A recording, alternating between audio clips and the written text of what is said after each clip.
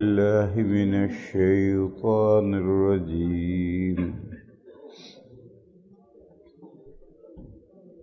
بسم الله الرحمن الرحيم. والليل إذا يغشى والنهار إذا تجلى وما خلق الذكر والأنثى إن سعيكم لشتى فأما من أعطى واتقى وصدق بالحسنى فسنيسره لليسرى وأما من بخل واستغنى وكذب بالحسنى فسنيسره للعسرى. صدق الله مولانا.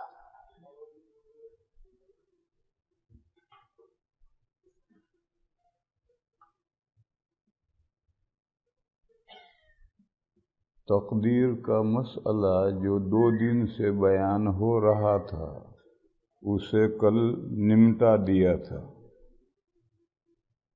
آج حجاب کا مسئلہ بیان کرنے کا ارادہ تھا. حجاب پردہ وہ مسئلہ بیان کرنے کا ارادہ تھا،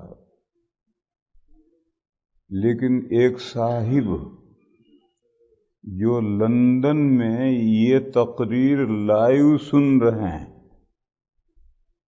انہوں نے ایک سوال بھیجا ہے. تقدیر کے تعلق رکھنے والا ایک سوال بھیجا ہے، تو اس لیے میں نے ضروری سمجھا کہ ابھی تھوڑی سی تفصیل کچھ اور عرض کروں. تقدیر کے مسئلے کی تھوڑی سی تفصیل کچھ اور عرض کروں.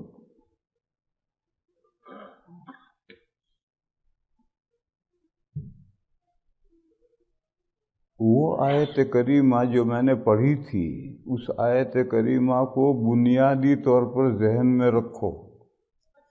وَخَلَقَ كُلَّ شَيْءٍ فَقَدَّرَهُ تَقْدِيرًا. اللہ نے ہر چیز پیدا کی اور ہر چیز کا اندازہ مقرر کیا ہے، اندازہ ٹھہرایا ہے. بس کائنات میں جو کچھ ہو رہا ہے وہ ازلی اندازے تقدیر کے مطابق ہو رہا ہے. یہ بنیادی طور پر یہ بات ذہن میں رکھیں اور یہ قرآن سے ثابت ہے. وَخَلَقَ كُلَّ شَيْءٍ فَقَدَّرَهُ تَقْدِيرًا. اور اللہ نے ہر چیز پیدا کی اور اس کا اندازہ ٹھہرایا. لہذا اس آیت سے بنیادی طور پر یہ بات ذہن میں رکھنی ہے کہ جو کچھ کائنات میں ہو رہا ہے وہ ازلی پلاننگ کے مطابق ہو رہا ہے. ازلی پلاننگ میں یہ ہے کہ انسان غیر معمولی ارادہ اور اختیار رکھنے والی مخلوق ہوگی، اور دوسری تمام مخلوقات وہ بھی ان کے پاس بھی علم، ارادہ اور اختیار ہوگا اگر معمولی ہو. معمولی اور غیر معمولی فرق کرو. ہر مخلوق کے پاس علم ہے، ارادہ ہے، اختیار ہے. نباتات ہوں، جمادات ہوں، حیوانات ہوں، ہر مخلوق کے پاس علم بھی ہے، ارادہ بھی ہے اور اختیار بھی ہے. اس کے شائن شان اس مخلوق کے لیے جس درجے کا علم، ارادہ اور اختیار ضروری ہے اتنا علم، ارادہ اور اختیار اللہ نے ہر مخلوق کو دیا ہے، مگر وہ معمولی ہے. اور معمولی جزا و سزا کے لیے کافی نہیں ہے، غیر معمولی اس کے لیے جزا و سزا کے لیے ضروری ہے کمپلیٹلی علم، ارادہ اور اختیار کسی مخلوق کا نہیں ہو سکتا۔ اگر کوئی بھی مخلوق، کسی بھی مخلوق کے پاس کمپلیٹلی نالج ہے، اختیار ہے، ارادہ ہے، وہ تو اللہ ہو گیا۔ اللہ میں اور اس میں کیا فرق رہا؟ یہ تو ہو نہیں سکتا۔ تو کمپلیٹلی تو نہیں ہو سکتا، لیکن غیر معمولی ہو سکتا ہے۔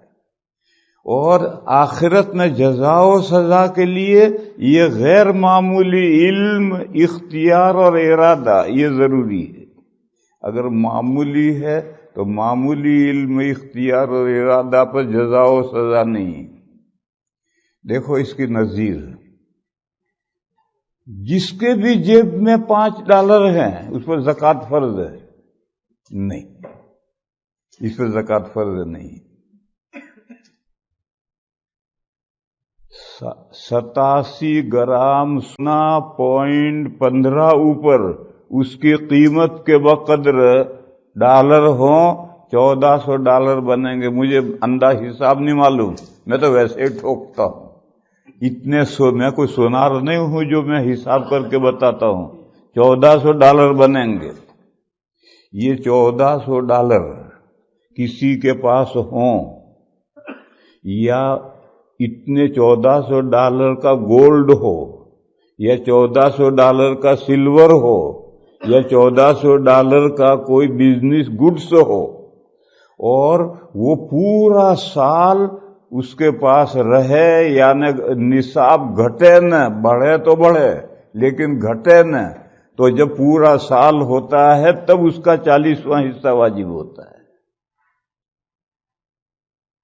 اب کوئی کہے کہ $5 پر کیوں زکوٰۃ واجب نہیں، تو یہ کہیں گے کہ وہ معمولی مال ہے اور یہ غیر معمولی مال ہے۔ معمولی اور غیر معمولی کا فرق سمجھا رہا۔ $5، $10، $25 یہ بھی مال ہے، لیکن یہ معمولی مال ہے۔ معمولی مال پر اللہ کا حق واجب نہیں ہوتا، کیونکہ جس کو اللہ نے مال دیا ہے وہی اس کا حاجت مند ہے۔ میرے جیب میں $50 ہیں تو سب سے پہلے مجھے اس کی ضرورت ہے۔ اب اگر اللہ میاں حکم دیں کہ اس میں سے اتنا غریبوں کو دو، تو میں خود ان $50 کی مجھے ضرورت ہے، اور پھر حکم آیا کہ غریب کو دو، یہ کیسے حکم ہو جائے گا؟ یہ معقول حکم نہیں۔ اور ایک آدمی کے پاس میں $1400 ہیں اور پورا سال گزرا اور اس میں سے استعمال نہیں کرنا پڑا، وہ نصاب نہیں گھٹا، اس کا مطلب یہ ہے کہ وہ مجھے اس کی ضرورت نہیں۔ اگر ضرورت ہوتی تو میں کے بیچ میں خرچ ہو جاتا اور گھٹ جاتے، نہیں گھٹے، معلوم میری ضرورت کے نہیں ہے، تو پھر اب 40واں غریبوں کو دو۔ یہ میں معمولی اور غیر معمولی کا فرق سمجھا رہا کہ معمولی پر احکام نہیں آتے، غیر معمولی پر احکام آتے ہیں۔ اور مثال لو، بچہ نابالغ، اس کے پاس عقل ہے، اس کے پاس باڈی میں، جسم میں طاقت ہے، مگر اس پر نماز روزہ فرض نہیں ہے، جہاد فرض نہیں ہے۔ نماز روزہ حج وغیرہ احکام اس پر فرض نہیں ہے، اور جہاد بھی فرض نہیں ہے۔ جہاد کے لیے بدن میں طاقت چاہیے، اسی لیے عورتوں پر جہاد فرض نہیں ہے، کیوں؟ ان کا بدن کمزور ہے۔ اسی لیے اندھے پر فرض نہیں ہے، کیوں؟ ان کی آنکھیں نہیں ہیں، وہ کمزور ہے۔ اسی لیے لولے لنگڑے پر جہاد فرض نہیں، کیوں؟ وہ کیسے جہاد کرے گا؟ اسی طرح سے بڈھا آدمی ہے، اس پر جہاد فرض نہیں، بدن میں طاقت چاہیے جہاد کرنے کے لیے۔ تو طاقت کمپلیٹلی چاہیے۔ معمولی طاقت جیسے بچے میں، عورت میں طاقت تو ہے، ان کے بدن میں، بچے کے بدن میں بھی طاقت ہے، عورت کے بدن میں بھی طاقت ہے، لیکن معمولی ہے۔ اور مرد بہادر جوان مرد، اس کے بدن میں طاقت ہے کمپلیٹ، اس پر جہاد فرض ہے، اس پر نہیں، کیونکہ ان دونوں کے پاس، بچے کے پاس اور عورت کے پاس میں بدن میں طاقت معمولی ہے اور اس جوان کے پاس غیر معمولی ہے، تو غیر معمولی پر احکام آتے ہیں، معمولی پر احکام نہیں آتے۔ میرا خیال ہے کہ اتنی مثالیں یہ مضمون سمجھنے کے لیے کافی ہوں گی کہ اللہ نے ہر مخلوق کو 3 چیزیں دی ہیں: علم، اختیار اور ارادہ۔ پودا بڑھتا بڑھتا جا رہا ہے، یہ بے ارادہ نہیں جا رہا، ارادے سے جا رہا ہے۔ آگے روک آئی تو پہلے سے ہی مڑ گیا ہے، یہ ارادے سے مڑا، پھر یوں مڑا، پھر جا کر چڑھا۔ ہر چیز، مگر اس کا آپ کا ارادہ اور اس پودے کا ارادہ دونوں برابر نہیں ہے۔ اس میں معمولی ارادہ ہے، آپ کا ارادہ کمپلیٹ ہے، کامل نہیں ہے، غیر معمولی ہے، ایکسٹرا آرڈینری ہے، اس کا ایک آرڈینری ہے، اور آپ میں ارادہ ایکسٹرا آرڈینری ہے۔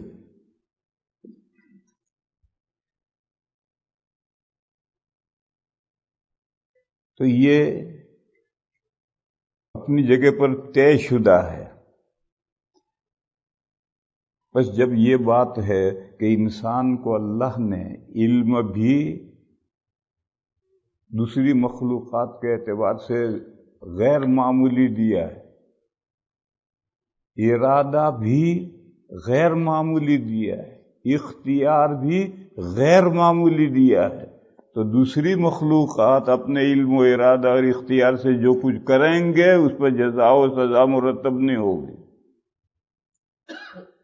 تھوڑی دیر ڈنڈے مار لو، لیکن جنت اور جہنم میں نہیں بھیجے جائیں گے۔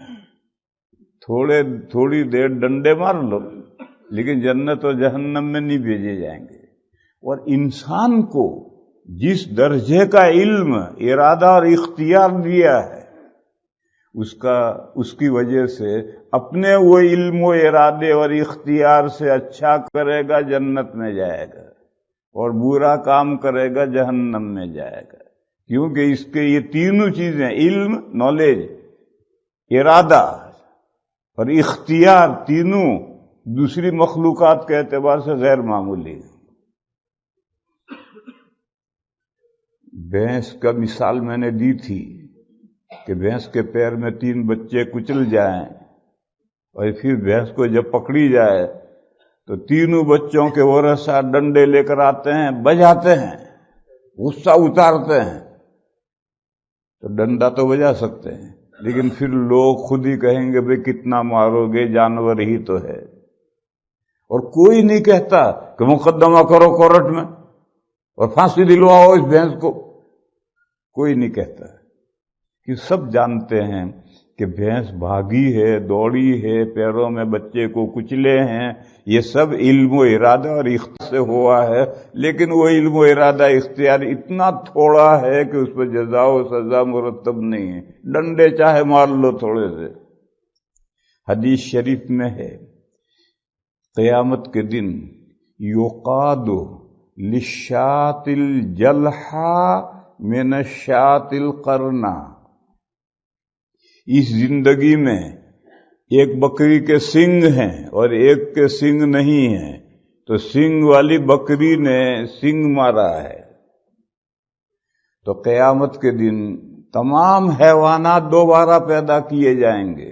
اس وقت اس بے سنگ بکری کے لیے سنگ والی بکری سے قصاص اور بدلہ لیا جائے گا، اس کے سنگ اس کو دے دیے، یہ بے سنگ کی ہو گئی، مار لے تو اپنے سنگ۔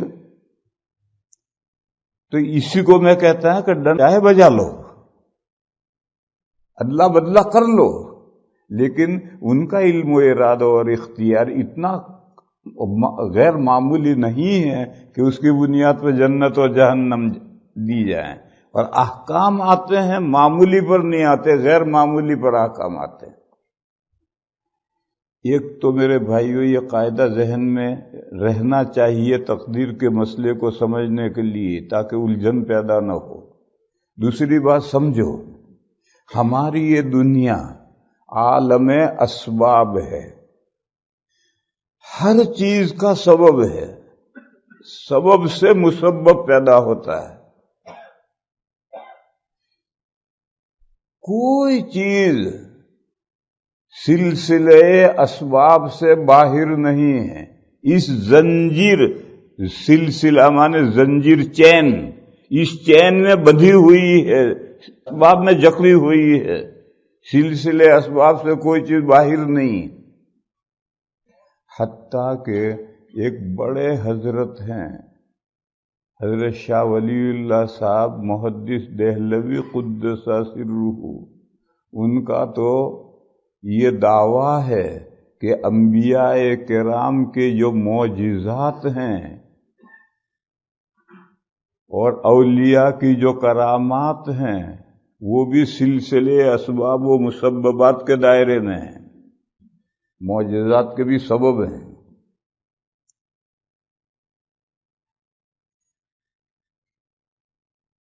اگرچہ عام طور پر علماء شاہ صاحب کی یہ بات نہیں مانتے اور یہ کہتے ہیں کہ معجزات اور کرامات خرق عادت ہیں، لیکن شاہ صاحب کی بات جو ہے وہ بالکل رد کرنے کے قابل نہیں ہے. وہ کہتے ہیں تمام انبیاء کے جو معجزات ہیں ان کے بھی اسباب ہیں. وہ اسباب چاہے ہم نہ دیکھیں، ہماری سمجھ میں نہ آئیں، مگر اسباب ہیں.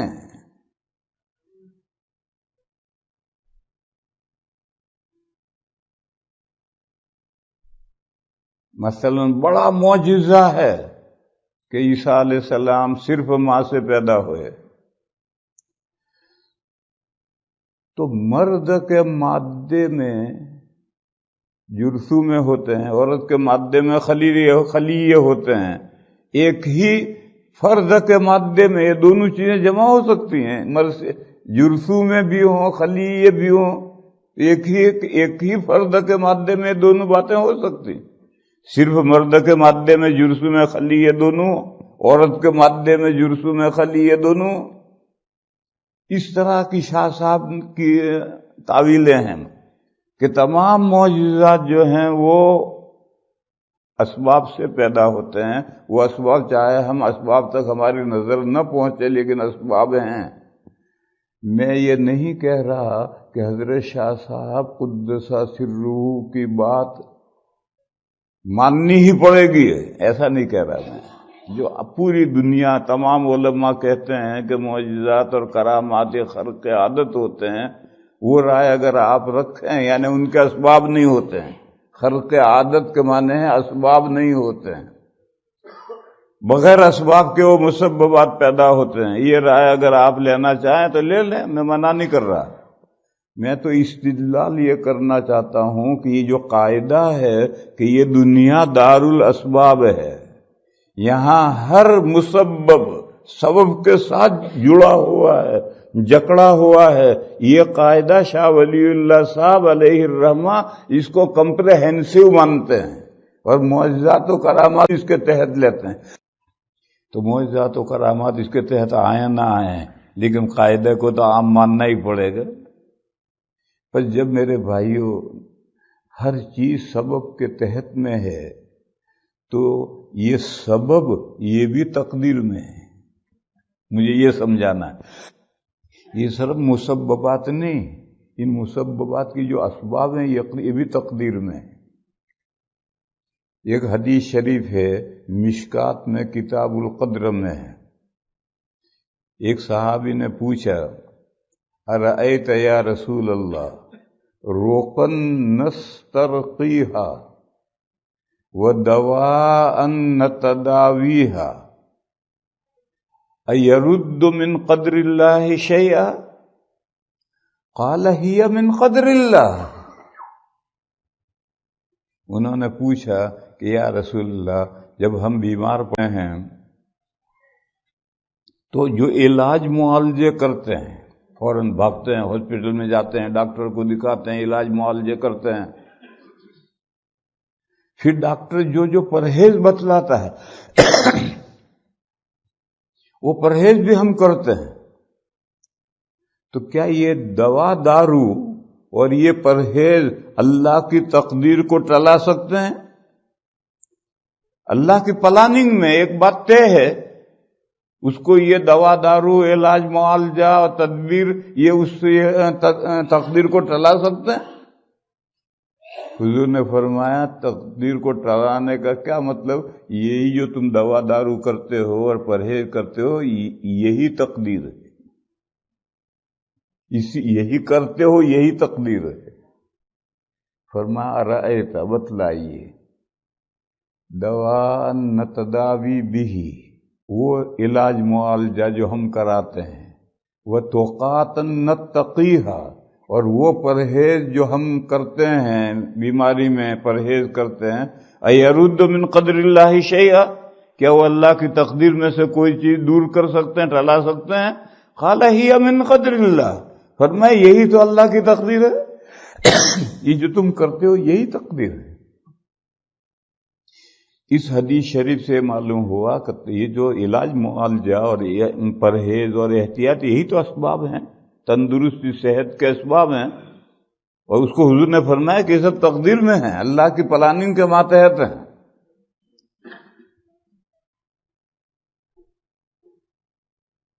بس ایک بندہ جنت والے کام کر رہا ہے، اعطا واتقا وصدق بالحسنى،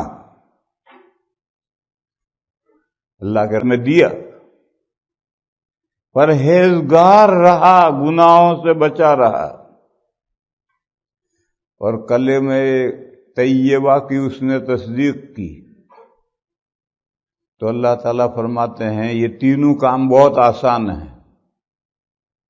اللہ کے راستے میں دینا، سخی بندہ جب اللہ کے راستے میں دیتا ہے تو اس کا دل کتنا خوش ہوتا ہے، آپ کو اس کا اندازہ ہوگا۔ اور ایک بندہ کہتا ہے میرا دل تو خوش نہیں ہوتا، تو بخیل ہے، اس لیے تیرا دل خوش نہیں ہوا۔ آپ میں سے جو کسوٹی ہے اپنے آپ کو ڈالو اس پر، اگر غریب کو دیکھ کر آپ کا دل خوش ہوتا ہے تو آپ سخی ہیں، اور غریب کو دیکھ کر کہ آپ کوئی خوشی نہیں بلکہ غم ہوتا ہے تو آپ پکے بخیل ہیں، اور کوئی خاص غم بھی نہیں ہوتا تو بھی بخیل ہیں۔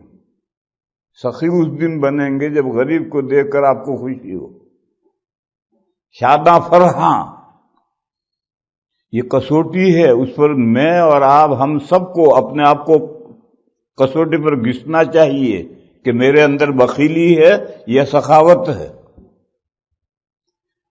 اگر غریب کو دینا پڑے اور مجبوری میں دے اور دل اوچھا ہو جائے تو یہ بخیل ہے، غریب کو دے شاداں فرحاں تو وہ سخی ہے، اور دونوں کیفیتیں نہ ہوں تو مڈل کلاس میں، نہ وہ بخیل ہے نہ سخی ہے۔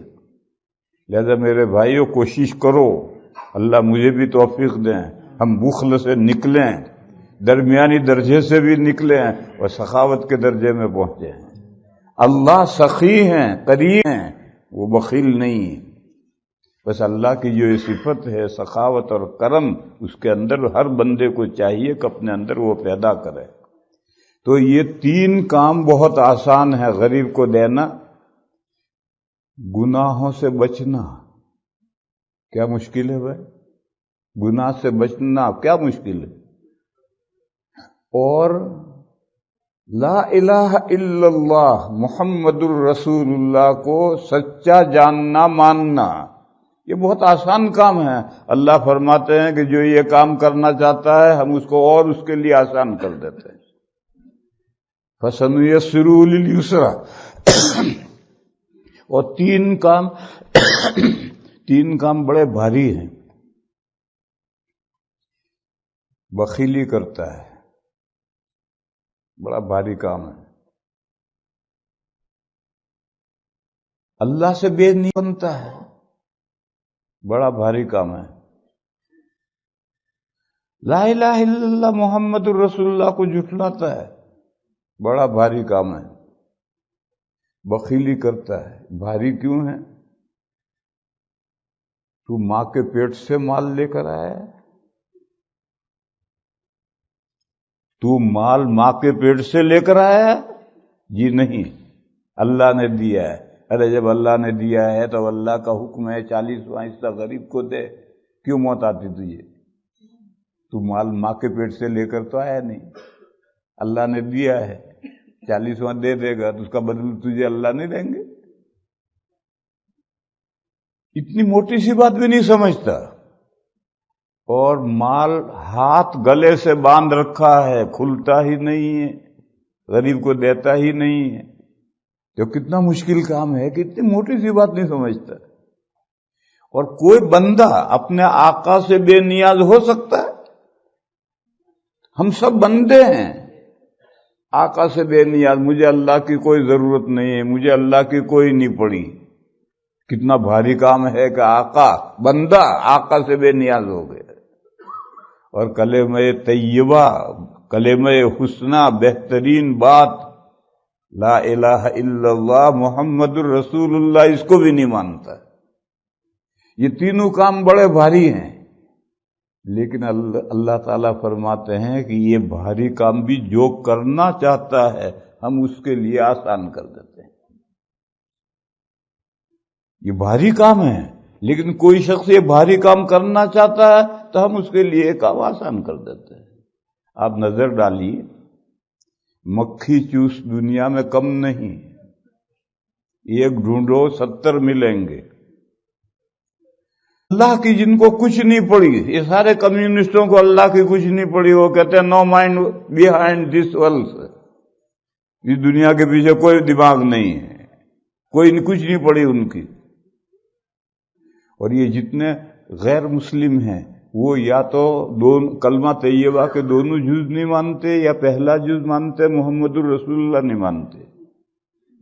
موسیٰ رسول اللہ مانتا ہے، عیسیٰ رسول اللہ مانتا ہے، اور محمد الرسول اللہ کے ماننے کا وقت آیا تو جھٹکے پڑتے ہیں۔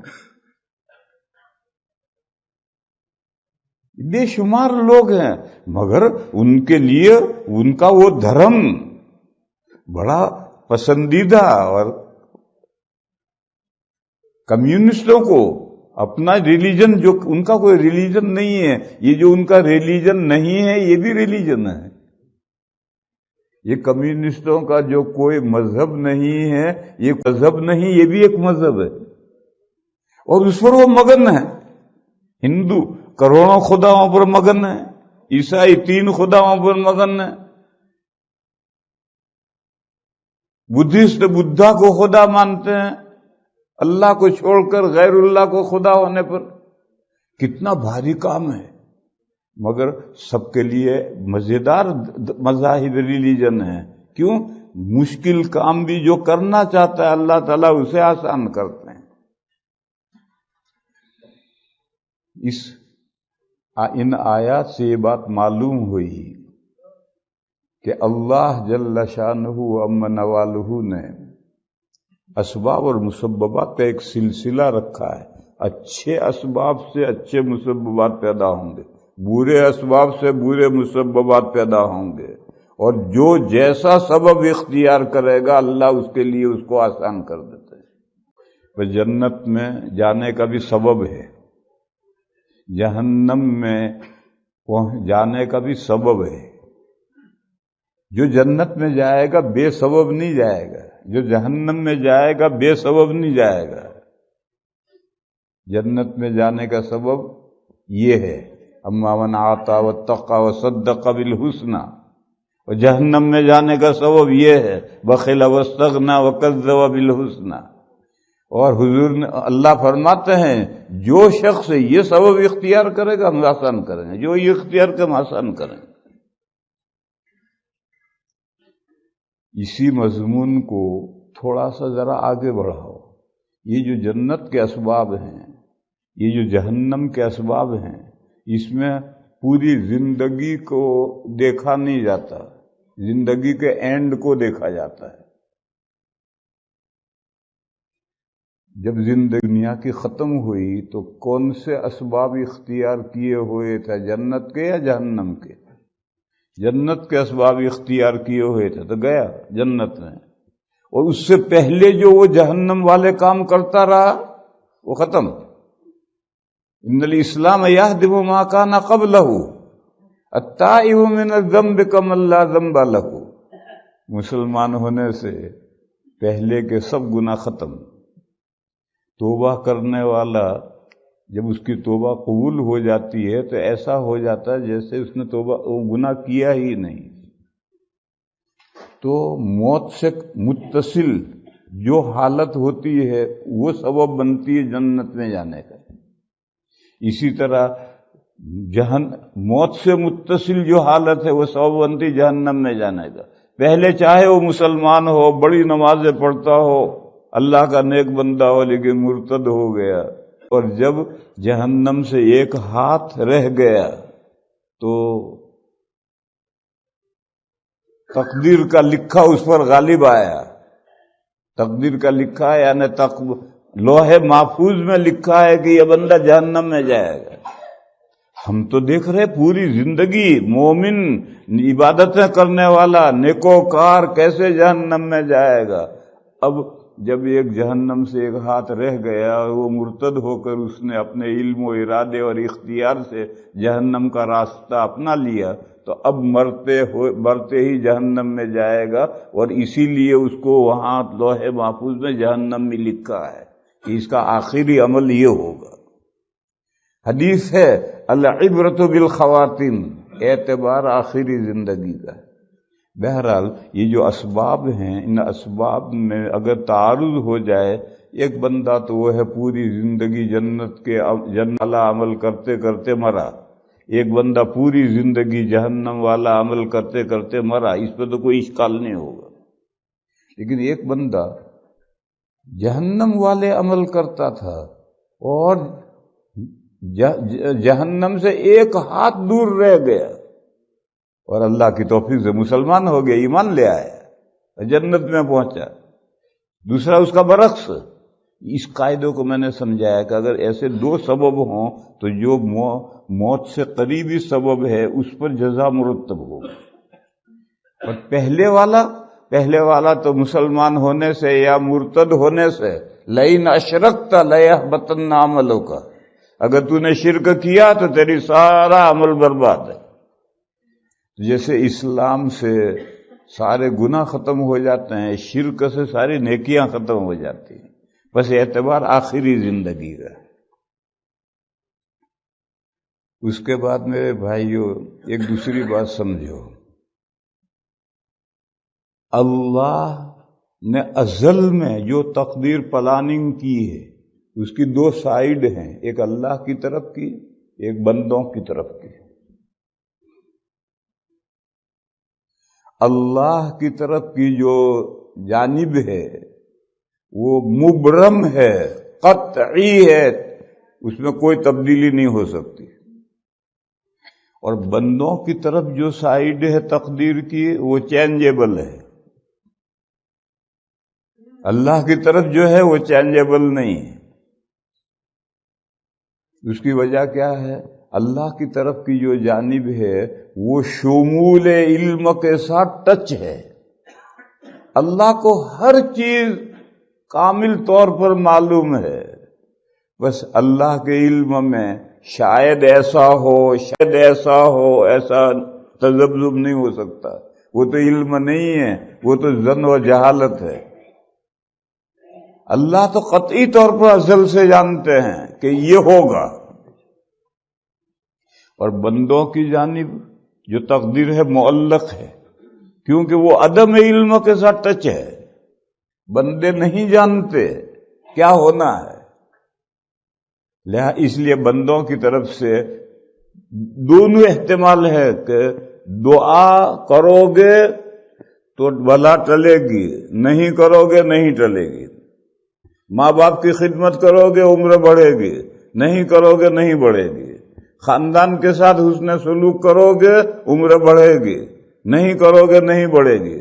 اب یہ بندہ دعا کرے گا نہیں کرے گا، ماں باپ کی خدمت کرے گا نہیں کرے گا، خاندان کے ساتھ حسن سلوک کرے گا نہیں کرے گا، یہ نہیں جانتا، بندے نہیں جانتے، اللہ کو سب معلوم ہے ازل سے۔ جو پہلو واقع ہونا ہے وہ پہلو اللہ ازل سے جانتے ہیں، اگر اللہ ازل سے نہ جانے تو اللہ کا علم کمپریہنسو نہیں ہو سکتا، شمول علم نہیں رہے گا، ہر چیز کو علم شامل نہیں ہوگا، اور بندے نہیں جانتے، وہ تو بعد میں پتہ چلے گا کہ دعا کی یا نہیں کی، ماں باپ کی خدمت کی یا نہیں کی، خاندان کے ساتھ صلہ رحمی کی یا نہیں کی، تو بعد میں پتہ چلے گا۔ اس لیے بندوں کی طرف تقدیر معلق ہے، کیونکہ وہ عدم علم کے ساتھ ٹچ ہے، اور اللہ کی طرف کی تقدیر مبرم ہے، کیونکہ وہ شمول علم کے ساتھ ٹچ ہے۔ اب مسئلہ سمجھو، تدبیر اور تقدیر۔ تدبیر نام ہے اسباب اختیار کرنے کا، کیونکہ بندے کی طرف تقدیر معلق ہے، لہذا اسباب اختیار کرو، اور تقدیر اللہ کی طرف طے شدہ ہے، لہذا جو کچھ ہونا ہے وہ اللہ کو ازل سے معلوم ہے، لہذا واقعہ ہونے کے بعد اس پر اعتماد کرو۔ پھر اسے میں کھولتا ہوں، آپ کا لڑکا بیمار ہوا، اللہ نہ کرے سب کی اولاد تندرست رہے، بیمار ہوا، آپ فوراً بچے کو ہاسپٹل لے جاتے ہیں، اچھے سے اچھے ڈاکٹر کو دکھاتے ہیں، بہتر سے بہتر علاج کرتے ہیں۔ ہر آدمی یہ کہتا ہے، کوئی شخص یہ کہہ کر بیٹھا نہیں رہتا میں تو نہیں کراتا علاج، مرنا ہو مرے گا، جینا ہو جیے گا، میں تو علاج نہیں کراتا۔ ایسا کوئی نہیں کرتا۔ ہر آدمی بہتر سے بہتر علاج کراتا ہے، وہ چاہے کہ بیماری سے اچھا ہو جائے، بچہ موت سے بچ جائے، یہ تدبیر ہے۔ بچہ قضائے الہی سے مر گیا، اللہ کا ازل سے فیصلہ تھا کہ اس بیماری میں بچہ مرے گا، قضائے الہی کا یہ مطلب ہے، اللہ کا ازل سے جو فیصلہ تھا اس فیصلے کے مطابق مر گیا، تو اب تقدیر پہ بھروسہ کرنا ہے کہ اللہ نے جو مقدر کیا تھا وہ ہوا۔ اب جزا فضا کرنا، آپے سے باہر ہو جانا، اللہ پاک کو گالیاں دینا کہ میرا ایک لڑکا رہ گیا تھا لینے کے لیے اور کسی کا کوئی لڑکا نہیں تھا، ارے جس کا بھی لڑکا لیں گے وہ گالیاں دے گا اللہ نے آپ کو، یہ نہیں چاہیے۔ اب تقدیر پہ اعتماد کرو، یہ کہو کہ اللہ نے جو مقدر کیا تھا وہ ہو، اور صبر کرو۔ تو واقعہ ہونے سے پہلے تدبیر کرنی ہے، کیونکہ دنیا دارالاسباب ہے، یہاں اسباب کو اختیار کرنا، اور اسباب اختیار کرنے کا حکم ہے کہ بیمار پڑو علاج معالجہ کرو، سنت ہے، حکیم جو پرہیز بتلائے وہ پورا پرہیز کرو، اسباب اختیار کرو، اختیار کرنا ہے۔ آپ جانتے ہیں کہ روزی اللہ کے ذمے ہے، لیکن حدیث ہے کسب الحلال فریضۃ بعد الفریضہ، حلال کمانا بھی فرض ہے، مگر دوسرے نمبر کا، سیکنڈ نمبر کا فرض ہے۔ پہلے نمبر کا فرض نماز روزہ زکوٰۃ حج ہیں، ان سے نمٹو، اب حلال کماؤ، حلال کمانا بھی فرض ہے۔ تب کوئی کہے کہ روزی اللہ کے ذمے ہے تو پھر حلال کمانا فرض کیوں ہے؟ یہ سبب ہے، روزی کا سبب ہے، اور اسباب کا اختیار کرنا لازم ہے۔ کی دکان کی، مگر اتنا رزق نہیں ملا جتنا وہ چاہتا تھا، تنگی ہے، تو اللہ کی تقدیر پر اعتماد کرو، خوب ہاتھ پہ ہلاؤ، پھر جو کچھ مقدر میں ہے وہ ملے گا۔ لیکن سبب ہی اختیار نہیں کیا، مقدر پر اعتماد کر کے بیٹھ گیا، تو یہ حماقت ہے، پاگل پن ہے۔ یہ دنیا دارالاسباب ہے، یہاں اسباب اختیار کرنے ہیں، پھر جو کچھ ہو اس پر صبر کرنا ہے، اسی کا نام تقدیر ہے۔ ایک مثال میں دوں، بہت اعلیٰ درجے کی حدیث ہے، بخاری کی حدیث ہے۔ جب موسیٰ علیہ السلام اور آدم علیہ السلام عالم ارواح میں جمع ہوئے اللہ کے پاس، آدم علیہ السلام کا انتقال پہلے ہوا ہے، موسیٰ علیہ السلام کا انتقال بعد میں ہوا۔ جب انتقال ہو کر ان کی روح عالم ارواح میں اللہ کے پاس میں علیہ السلام اور موسیٰ علیہ السلام کی ملاقات ہوئی، تو موسیٰ علیہ السلام نے کہا آپ ابا جان ہیں جن کو اللہ نے اپنے ہاتھ سے پیدا کیا، جن میں اللہ نے اپنی روح ڈالی، جن کو لیے فرشتوں سے سجدہ کروایا، یہ کمالات گنائے، پھر اللہ نے آپ کو جنت میں بسایا اور ایک درخت کھانے سے منع کیا کہ فلاں درخت مت کھانا۔ یہ کون سا درخت ہے معلوم نہیں، گیہوں خامخواہ بدنام ہو گیا۔ قرآن و حدیث میں کوئی اشارہ نہیں ہے کہ وہ گیہوں کا پودا تھا۔ اولاً تو گیہوں کا درخت ہی نہیں ہوتا، اس لیے بعض لوگوں نے کہا نہیں زیتون کا درخت تھا، تو ہاں زیتون کا درخت ہوتا ہے، گیہوں کا تو پودا ہوتا ہے۔ بہرحال قرآن و حدیث میں کہیں ذرا سا بھی اشارہ نہیں آیا ہے کہ وہ درخت، وہ پودا نہیں تھا، درخت تھا۔ وہ کون سا درخت تھا اس کا جس کا پھل کھایا تھا معلوم نہیں۔ تو اللہ نے صرف ایک درخت کی پوری جنت میں جہاں سے چاہو فائدے اٹھاؤ اجازت ہے، مگر یہ ایک معین درخت ہے، اس کو مت کھائیو ورنہ نقصان میں اپنے پیروں پہ کلاڑی مارو گے۔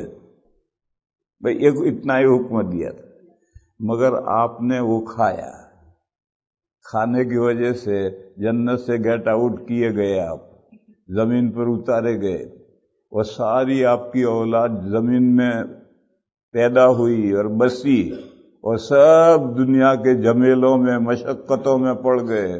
آپ نے ساری بات کو مشقت میں کیوں ڈال دیا؟ یہ موسیٰ علیہ السلام نے آدم علیہ السلام سے سوال کیا کہ آپ کے ایک کوتاہی سے، ایک آپ کی چوک، کوتاہی بھی نہیں، آپ کی ایک چوک، ہم وضو کرتے ہیں، وضو کرتے کرتے ذرا چوک ہو گئی اور پانی گلے سے نیچے چلا گیا پیٹ میں، کوئی گناہ نہیں، مگر روزہ ٹوٹ گیا۔ اس روزے کی قضا کرنی، یہ روزہ ٹوٹ گیا کا مطلب یہ نہیں کہ آئس کریم کھانے لگو، نہیں، اسی روزے کی حالت میں شام تک رہنا ہے، امساک واجب ہے، لیکن روزہ ٹوٹ گیا ہے، اس کی قضا کرنی اور گناہ کوئی نہیں۔ خطا کا یہی حکم ہے، حدیث ہے روع عن امتی الخطأ والنسیان، میری امت بھول سے کوئی کام کر لے، چوک کر کوئی کام کر لے تو اس کا گناہ اٹھا دیا گیا ہے، اس کا گناہ اٹھا دیا گیا ہے، گناہ نہیں ہوگا۔ تو حضرت آدم علیہ السلام سے موسیٰ علیہ السلام نے کہا کہ آپ چوک گئے اور جس درخت کے کھانے سے منع کیا تھا وہ آپ نے کھا لیا اور ساری اولاد کو مشقت میں ڈالا، آپ نے ایسا کیوں کیا؟ تو آدم علیہ السلام نے جواب دیا، آپ موسیٰ ہیں جن کے ساتھ طور پر اللہ نے بلا واسطہ کلام کیا ہے۔ دیکھو بلا واسطہ اور بلا پردہ، ان میں فرق کرنا، بلا پردہ کلام نہیں کیا، بلا واسطہ کلام کیا۔ کئی بلا واسطہ کو تم بلا پردہ سمجھ لو، نہیں، پردے کے پیچھے سے کلام سنا تھا، پردے کے پیچھے سے، لیکن درمیان میں جبرائیل کا واسطہ نہیں تھا۔ جیسے معراج میں اللہ اور حضور کے درمیان میں کسی فرشتے کا واسطہ نہیں تھا، مگر حجاب تو نور کا تھا۔ آپ موسیٰ ہیں جو کلیم اللہ ہیں، جن کے ساتھ اللہ نے بلا واسطہ کلام کیا ہے، اور آپ کو اللہ نے اپنی کتابوں میں سے دوسرے نمبر کی سب سے بڑی کتاب تورات عطا فرمائی ہے۔ کہتے ہیں اللہ کی کتابیں 104 ہیں، ان میں سب سے بڑی تو قرآن کریم ہے، قرآن کریم کے بعد باقی کتابوں میں سے دوسرے نمبر کی سب سے بڑی کتاب تورات ہے۔ آپ بتا سکتے ہیں کہ تورات شریف آپ کی ولادت سے کتنا عرصہ پہلے تختیوں میں لکھی گئی تھی؟ وہ تختیاں جس کا قرآن میں ہے کہ موسیٰ علیہ السلام طور پر آئے تھے، تختیوں میں لکھا ہوا تورات ملی تھی، اور پیچھے گوشالہ پرستی، گائے کی پوجا شروع ہو گئی تھی، اور غصہ آیا تھا، وَأَلْقَى الْأَلْوَاحَ، تختیاں ڈال دی۔ وہ تختیاں آپ کی پیدائش سے، موسیٰ علیہ السلام کی پیدائش سے پہلے کتنا عرصہ پہلے تورات تختیوں میں لکھی گئی تھی؟ موسیٰ علیہ السلام نے کہا 40 سال پہلے لکھی گئی تھی۔ اچھا، 40 سال پہلے لکھی گئی؟ جی ہاں۔ اس تورات میں یہ لکھا ہوا ہے یا نہیں کہ آدم سے چوک ہو گئی اور اس نے درخت کھایا اور جنت سے نکالا گیا؟ یہ تورات میں لکھا ہوا ہے یا نہیں؟ تو موسیٰ علیہ السلام نے کہا ہاں ہے۔ تو آدم علیہ السلام نے کہا پھر اللہ کے بندے، تمہارے پیدا ہونے سے 40 سال پہلے جو بات تورات میں لکھ دی گئی ہے، اگر وہ مجھ سے صادر ہوئی تو اس میں الزام کس بات کا ہے؟ تو حدیث میں ہے حج آدم و موسیٰ، حضرت آدم علیہ السلام جیت گئے، موسیٰ علیہ السلام ہارے۔ اس حدیث سے میں یہ سمجھانا چاہتا ہوں کہ جب تک انہوں نے وہ درخت نہیں کھایا تھا، اس سے پہلے حکم تھا اس درخت کو مت کھائیو ورنہ پیروں میں کلاڑی مارو گے۔ اب اس حکم کو ہر وقت پیش نظر رکھنا ہے کہ جو اللہ نے قسمت میں لکھا ہے وہ ہوگا۔ نہیں لکھا ہے، کیا لکھا ہے تمہیں نہیں معلوم، تم تو اسباب اختیار کرو خیر کے۔ اور دنیا میں آدمی یہی کرتا ہے، بچے گا یا جیے گا معلوم نہیں، لیکن ہر آدمی فوراً دوڑ کر کے ہاسپٹل لے جاتا ہے اور اچھے سے اچھا علاج کرواتا ہے، اچھائی کے اسباب اختیار کرتا ہے۔ لیکن جب واقعہ ہو جائے اور بچہ مر جائے اور آدم علیہ السلام سے چوک ہو جائے اور وہ درخت کھا لیا جائے، اب اگر تقدیر پر کا سہارا لو تو جائز ہے۔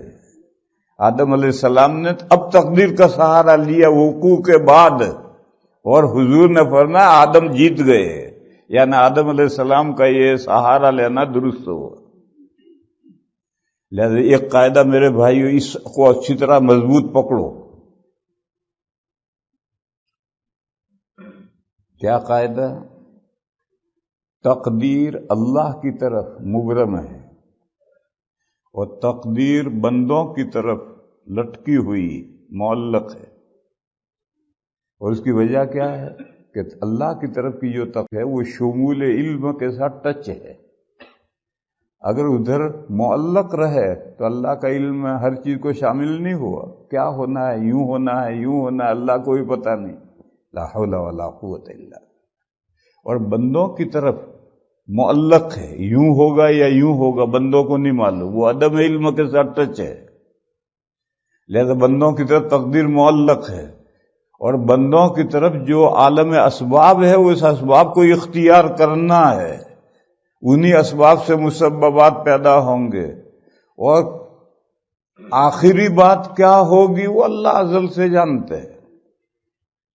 پوری زندگی جنت والے کام کیے، 5 منٹ رہے موت میں اور مرتد ہو گئے، پوری زندگی جہنم والے کام کیے، 1 گھنٹہ رہا موت میں مسلمان ہوا، کہ میدان میں اترا اور شہید ہو گئے، جنت میں پہنچا اور بہت بڑے درجے حاصل کر لیے۔ تو آخری سبب کون سا پایا جائے گا، موت کا یا؟ یہ جو آدمی دواخانے میں علاج کرتے کرتے مرتا ہے تو اس کا سبب بھی وہیں پیدا ہوتا ہے۔ اس کو سمجھ نہیں سکتے لوگ، ڈاکٹر بھی نہیں سمجھ سکتے، کہتے ہیں کہ چوں قضا آید طبیب ابلا شود۔ جب موت کا وقت اللہ کا فیصلہ آ جاتا ہے تو حاکم بے وقوف بن جاتا ہے اور اندھا علاج کر ڈالتا ہے، تو جو مرتا ہے اس کا بھی سبب بنتا ہے، اس کو پتہ بھی نہیں چلتا کہ میں نے اندھا علاج کر ڈالا ہے۔ لہذا میرے بھائیوں، جو بندوں کی طرف تقدیر ہے چونکہ وہ معلق ہے، لہذا ہر ایک کو اسباب اختیار کرنا ہے۔ پھر اگر آدمی کی مرضی کے مطابق کام نہ ہو، اس کے خلاف کام ہو، بچہ مر گیا، مرضی نہیں ہماری، ہم تو چاہتے تھے کہ زندہ رہتا مگر مر گیا، تو اب اللہ کے ازلی تقدیر قضائے الہی پر اعتماد کرنا ہے اور اب صبر کرنا ہے۔ آدم علیہ السلام نے حضرت موسیٰ کو یہی سمجھایا ہے کہ جو پہلے سے میرے لیے طے تھا، اللہ کی تقدیر میں طے تھا کہ میں درخت کھاؤں گا اور زمین پر اتارا جاؤں گا، اگر وہ بات مجھ سے صادر ہوئی تو تم مجھے الزام کیوں دے رہے ہو؟ لیکن جب جنت میں تھے اور وہ درخت کھایا اور سر دے کر جنت کے کپڑے اتر گئے اور ننگے ہو گئے، تو جنت کے پتے لے کر بدن ڈھاکا اور فوراً اللہ کے سامنے تائب ہوئے، ربنا ظلمنا انفسنا وَإِن لَّمْ تَغْفِرْ لَنَا وَتَرْحَمْنَا لَنَكُونَنَّ مِنَ الْخَاسِرِينَ۔ اے اللہ، ہم دونوں نے، یعنی دادا دادی نے، ہم دونوں نے اپنے پیروں پہ کلاڑی ماری، جس درخت کے کھانے سے آپ نے منع کیا تھا وہ ہم نے کھا لیا، ہمارا یہ گناہ میرے مولا بخش دیجیے، فاغفر لنا ذنوبنا، ہماری طرف توجہ فرمائیے مہربانی کی۔ اس وقت اللہ کے سامنے عذر نہیں کیا کہ پروردگار عالم، آپ نے تقدیر میں طے کیا تھا کہ میں یہ دانہ کھاؤں گا تو میں نے کھا لیا، اس میرا کیا قصور؟ نہیں، فوراً سجدہ ریز ہوئے، اللہ کے سامنے توبہ کی، اور واقعہ ہونے کے بعد موسیٰ علیہ السلام نے الزام دیا تو ان کو تقدیر کے سہارے سے جواب دیا۔ کوئی بیمار ہوتا ہے اور ہم سے علاج معالجے میں کوتاہی ہوتی ہے اور پھر مر جاتا ہے تو بڑا افسوس رہتا ہے کہ کاش میں اس کو جگہ فلاں حکیم ڈاکٹر کے پاس لے گیا ہوتا، افسوس رہتا ہے۔ لیکن سارے جتن کرنے کے بعد میں بچہ مر گیا تو آدمی صبر کر لیتا ہے کہ میرے بس میں جتنی کوشش تھی میں نے کر لی، پھر جو اللہ کا فیصلہ تھا وہ ہوا۔ اس کو سمجھنے کے بعد اب ایک قاعدہ اور سمجھو، وہ قاعدہ یہ ہے کہ عالم اسباب میں جو اسباب دوسری کائنات کے لیے ہیں اور انسان کے لیے ہیں، یہ کبھی ایک دوسرے سے ٹچ ہو جاتے ہیں، کبھی الگ ہو جاتے ہیں۔ جب انسان کے ساتھ ٹچ ہو جائے تو اب جزا و سزا بنتے ہیں، اور ٹچ نہ ہو تو پھر وہ جزا و سزا نہیں بنتے۔ ایک درخت ہے، ہوا کا جھکڑ چلا اور اس ہوا نے درخت کو جڑ سے اکھاڑ کر کے پٹک دیا، تو یہ سبب ہے، ہوا چلی اسے جڑ سے اکھاڑا نیچے پٹک دیا، یہ ایک قدرتی حادثہ ہے۔ ٹھیک ایک بندے کی جب وہ گاڑی اس کے نیچے سے گزری اور درخت گرا اور کچمبر ہو کر مر گیا، اب وہ انسان کے ساتھ یہ حادثہ ٹچ ہو گیا، ٹھیک اسی وقت وہاں گاڑی آئی جب وہ گرا، اب یہ جزا و سزا بنا، اور درخت تو گرتے ہی رہتے ہیں، ہوا کو جھکڑ چلتے رہتے ہیں، درخت گرتے رہتے ہیں، وہ جزا و سزا نہیں ہے، وہ اللہ کی مصلحت سے درخت کھڑے بھی ہوتے ہیں، گرتے بھی ہیں، بارشیں بھی ہوتی ہیں، سیلاب بھی آتے ہیں، خشکی بھی ہوتی ہے، تنگ سالی بھی ہوتی ہے، لیکن جب وہ انسان کے ساتھ، انسانی احوال کے ساتھ ٹچ ہو جائے تو اب جزا و سزا بنتے ہیں۔ میں اس کی ایک مثال دوں، حضرت لوط علیہ السلام کی قوم کی 5 بستیاں تھیں، مین بستی کا نام تھا سدوم، دوسری بستیوں کے کچھ اور نام تھے۔ حضرت ابراہیم علیہ السلام جب اوور سے ہجرت کر کے فلسطین پہنچے، اوور شہر کا نام ہے، اور یہ دجلہ فرات کا جو اکٹھا ہوتے ہیں، کوفہ سے آگے بصرے میں جا کر دجلہ فرات ایک ہو جاتے ہیں اور پیچھے الگ ہوتے ہیں، تو دونوں کے بیچ میں جو ڈیلٹا ہے، اس ڈیلٹے میں اوور شہر تھا جہاں ابراہیم علیہ السلام پیدا ہوئے۔ جب کشمکش انتہا کو پہنچ گئی، بادشاہ نے قوم نے مل کر آگ میں ڈالا، اللہ نے بچا لیا، اب ان سے کوئی امید نہ رہی کہ یہ آئیں گے، تو حضرت ابراہیم علیہ السلام نے ہجرت کی، اور ساتھ میں ایک اہلیہ تھی اور ایک بھتیجا تھا۔ حضرت لوط اس وقت تک نبی نہیں بنے تھے، یہ فلسطین میں پہنچے۔ جب حضرت لوط علیہ السلام کو نبوت کا عمر ہوئی، نبی بنایا گیا، تو سدوم کہاں ہے؟ جارڈن میں ایک بحیرہ ہے، چھوٹا سا سمندر ہے، ڈیڈ سی، بحر مردار۔ یہ جہاں بحر مردار ہے، ڈیڈ سی، یہ وہ جگہ جہاں وہ 5 بستیاں تھیں۔ تو حضرت لوط علیہ السلام کو نبی بنا کر کے ان بستیوں کی طرف بھیجا گیا۔ یہ بستیوں والے اس برائی میں مبتلا تھے جس برائی میں اس مغربی ممالک میں بہت سے لوگ مبتلا۔ 2 لفظ ہیں، میں ان کی حقیقت ہی نہیں سمجھتا ہوں۔ ایک تو گے لفظ ہے، مرد، اور ایک لیزبینی، عورت۔ یہ مرد کے لیے کون سا لفظ ہے، عورت کے لیے کون سا لفظ ہے، میں کنفیوز رہتا ہوں، مجھے نہیں معلوم۔ میں تو اتنا جانتا ہوں کہ جہاں ایک ہوگا وہاں دوسرا لازماً ہوگا۔ مرد، یہ سلسلہ جہاں شروع ہوگا وہاں عورت کا سلسلہ بھی شروع ہو جائے گا، اور جہاں عورت کا سلسلہ شروع ہوگا وہاں مرد کا بھی سلسلہ شروع ہوگا۔ میں تو اتنا جانتا ہوں، ان میں تلازم ہے، کیونکہ جب مردوں کے ساتھ لگ گئے تو عورتیں بیچاری کیا کریں گی؟ وہ عورتوں کے ساتھ لگیں گی۔ عورتوں کے ساتھ لگ گئی تو اب مرد بیچارے کیا کریں گے؟ وہ مردوں کے ساتھ لگیں گے۔ تو یہ گے اور لینیا تو دونوں ساتھ ہوں گے۔ بیل کے ہل کے 2 بیل ہیں، ان دونوں بیلوں سے ہل چلے گا،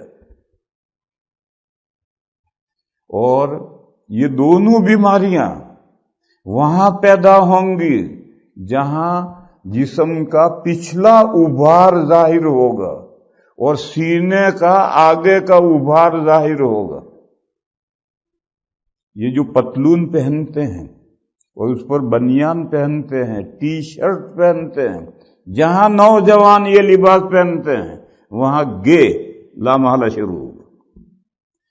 جو عورتیں یہ لباس پہنتی ہیں وہاں لیزبینیا ضرور شروع ہو۔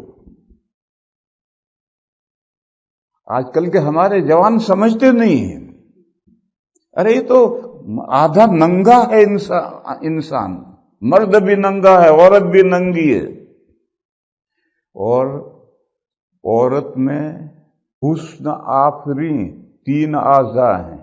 فیس، عورت کا چہرہ عشق پیدا کرنے والا ہے، سینے کا ابھار یہ عشق آفری ہے، اور جسم کا پچھلا ابھار عورت میں 3 اعضاء عشق آفری ہیں۔ اسی لیے قرآن نے کہا جب عورت محارم کے درمیان میں ہو تو اپنے سینے پر دوپٹہ ڈالے رہے تاکہ سینے کا ابھار نظر نہ آئے۔ عورتوں میں جو عشق مرد جو عورتوں پر عاشق ہوتے ہیں تو وہ یہ عشق پیدا کرنے والے یہ 3 اعضاء ہیں، چہرہ، سینے کا ابھار اور جسم کا پچھلا ابھار۔ اور مرد میں عشق آفریں صرف جسم کا پچھلا ابھار ہے۔ مرد کا فیس، چہرہ اللہ نے ایسا نہیں بنایا ہے، امرد، داڑھی آنے والی ہے، اس مرحلے میں اس کا چہرہ جو فیس ہے وہ عشق پیدا کرتا ہے، امرد۔ بچہ امرد نہیں ہوتا ہے، داڑھی پوری واضح ہوگی، اب امرد نہیں رہا، داڑھی شروع ہوئی ہے، یہ جو مرحلہ ہے اس کو امرد کہتے ہیں۔ یہ مرحلہ عشق آفری ہے، فیس، اور چہرے کا ابھار تو سینے کا ابھار تو مرد میں ہے ہی نہیں، لیکن جو پچھلا ابھار ہے اس کو سرینے کہتے ہیں، یہ عشق آفری ہے۔ پر جہاں نوجوان یہ پتلون پہنیں گے اور اس میں بنیان یا ٹی شرٹ پہنیں گے وہاں نوجوانوں میں یہ گے کی بیماری لامحالہ شروع ہو جائے گی، اور جہاں عورتیں یہ پہنیں گے وہاں لیسبینیا کی بیماری شروع ہو جائے گی۔ ان کافروں میں یہی لباس ہے، اس لباس نے ان کو تباہ کر دیا، ستیہ ناش کر دیا، اور مسلمان بے سمجھے وہ لباس اختیار کر رہا۔ پتلون پہننے کو کوئی منع نہیں کر رہا، لیکن اس پر کرتا پہنو گھٹنے سے نیچے تک۔ یہ جو میں نے کہا کہ جسم کا پچھلا ابھار جو ہے یہ حسن آفرین ہے، اس کی دلیل ایک واقعہ ہے۔ حضرت معاویہ رضی اللہ تعالیٰ عنہ، حضرت حسن رضی اللہ تعالیٰ عنہ جب خلافت سے دستبردار ہو گئے تو حضرت معاویہ خلیفہ بنے، اور 20 سال انہوں نے حکومت کی ہے، اور اسلامی ملک میں کوئی خلفشار نہیں ہونے دیا۔ جبکہ حضرت معاویہ خلیفہ بنے تو 70% ملک کی پبلک ان کے خلاف تھی، 30% ہی ان کے حق میں تھی، 70% پبلک ان کے خلاف تھی۔ اس پر 20 سال حکومت کی اور کوئی خلفشار نہیں ہونے دیا۔ یہ حضرت معاویہ کے اخلاق تھے، بڑے اونچے اخلاق کے آدمی تھے، اور اخلاق سے آدمی دشمن کو زیر کر لیتا ہے۔ ان کی بھری مجلس میں ان کے ایک مخالف نے ایک ایسی بدتمیزی کی، اس نے کہا آپ کی ماں کے سرینے بڑی بڑی تھی۔ حضرت معاویہ امیر المومنین ہیں، بھری مجلس ہے، تنہائی بھی نہیں ہے، اور ایک دشمن ہے، مخالف ہے، وہ مجلس میں کہتا ہے کہ آپ کی ماں کی سرینے بڑی بڑی تھی۔ تو حضرت نے بڑی سنجیدگی سے جواب دیا کہ میرے ابا کو میری امی کی یہی چیز پسند تھی۔ اپنا سا منہ لے کر رہ گیا کمبخت، کہا میرے ابا کو میری امی کی یہی چیز پسند تھی، تو اگر بڑی بڑی تھی تو میرے ابا کو پسند تھی، اس میں کیا برائی ہے؟ مجھے بھی اس واقعے سے بتلانا ہے کہ جسم کا پچھلا ابھار جو ہے یہ بھی عشق آفری ہیں، لہذا نوجوانوں سے میرے پاس اللہ پر رحم کرو، اپنے اسلامی لباس پہنو، ان ننگاپے کو ظاہر مت کرو، غیروں کے سامنے بھی نہیں، اور بھائی بہن بھی اسی طرح سے ایک دوسرے سے ملتے ہیں۔ بہن کا بھی ایسا ہی لباس ہے، بھائی کا بھی ایسا ہی لباس ہے، پھر بہن بھائی میں برائیاں پیدا ہوتی ہیں۔ باپ بیٹی میں بھی اسی طرح کا لباس ہے، پھر باپ بیٹی میں بھی برائیاں پیدا ہوتی ہیں۔ داماد ساس میں بھی اسی طرح کا لباس ہے، بہنوئی بہن سالی میں یہی لباس ہے، پھر برائیاں پیدا ہوتی ہیں۔ تو میرے بھائیو، میں تو کہیں سے بات کرتا کرتا کہیں پہنچ گیا۔ کیا سمجھا رہا؟ ہاں، میں یہ سمجھا رہا تھا کہ قدرتی واقعہ ہوتے رہتے ہیں، اللہ کی حکمتوں سے زلزلے بھی آتے ہیں۔ یہ میں جواب دے رہا ہوں، لندن میں میرا ایک دوست ہے جو لائیو بیان سن رہا ہے، اس کا سوال آیا ہے موبائل پر، مولانا حسین صاحب کے موبائل پر اس کا سوال آیا ہے، اس سوال کا جواب دے رہا ہوں۔ دنیا میں زلزلے آتے رہتے ہیں، سیلاب بھی آتے رہتے ہیں، زمینیں بھی پھٹتی رہتی ہیں، بارشیں بھی ہوتی ہیں، اور بارشیں سمندر میں بھی ہوتی ہیں، جیسے خشکی میں بارشیں ہوتی سمندر میں بھی ہوتی ہیں۔ لیکن جب وہ انسانوں کے ساتھ یہ قدرتی واقعہ ٹچ ہو جائے تو اب جزا و سزا بنتا ہے۔ اس کی میں مثال دے رہا تھا کہ بحر مردار جہاں ہے، یہاں 5 بستیاں تھیں۔ جب موسیٰ علیہ السلام، جب لوط علیہ السلام نے ہر چند سمجھایا کہ تمہاری یہ خباثت آئی چھوڑو، مگر نہیں چھوڑا، اور اللہ کے یہاں سے عذاب آیا، تو زمین کودی اور گئی دور تک، اور وہاں سے پھر زمین ریزے ریزے ہو کر، کنکر ہو کر پتھروں کی بارش برسی، پتھروں کی نہیں، کھنگروں کی۔ زمین جو آگ میں پک کر کے ٹھیکری بن جائے، کھنگروں کی بارش برسی، اور وہ ساری 5 بستیاں ہلاک ہوئی، اور وہ علاقہ پورا سطح سمندر سے 2000 فٹ اندر چلا گیا، اور اب وہاں پانی بھر گیا، وہ ڈیڈ سی ہے۔ یہ جو واقعہ پیش آیا تھا وہ اس کی صورت کیا ہوئی؟ اس پورے علاقے کے نیچے گندک، عربی میں کہتے ہیں کبریت، ایک عطیر مادہ ہے، فلیمیبل، اس پورے علاقے کے نیچے وہ اندر بھری ہوا تھا، وہ پورا مادہ کبریت بھرا ہوا تھا، گندک بھری ہوئی تھی۔